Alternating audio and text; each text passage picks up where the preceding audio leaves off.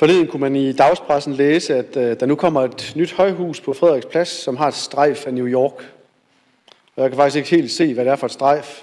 Og jeg ved heller ikke, om det bare er bygherrens vision for området, eller avisens forestilling. Og måske er det bare højden, der tænkes på, fordi det er jo så nok New York.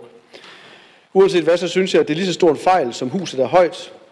Og skulle vi ikke prøve at give det byggeri, som vi lader realisere i Aarhus, et strejf af Aarhus?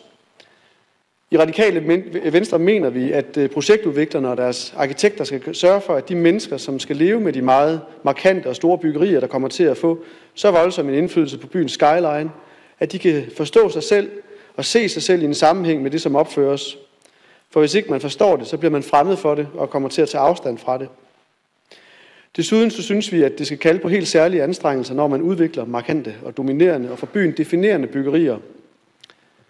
Man skal simpelthen gøre sig mere umage, så borgerne også kan være stolte af vores by og arkitektur om 100 år. Frederiksplads har mange gode takter, men lige det her hjørne løfter hverken pladsen eller byen. Radikale Venstre kan ikke støtte indstillingen.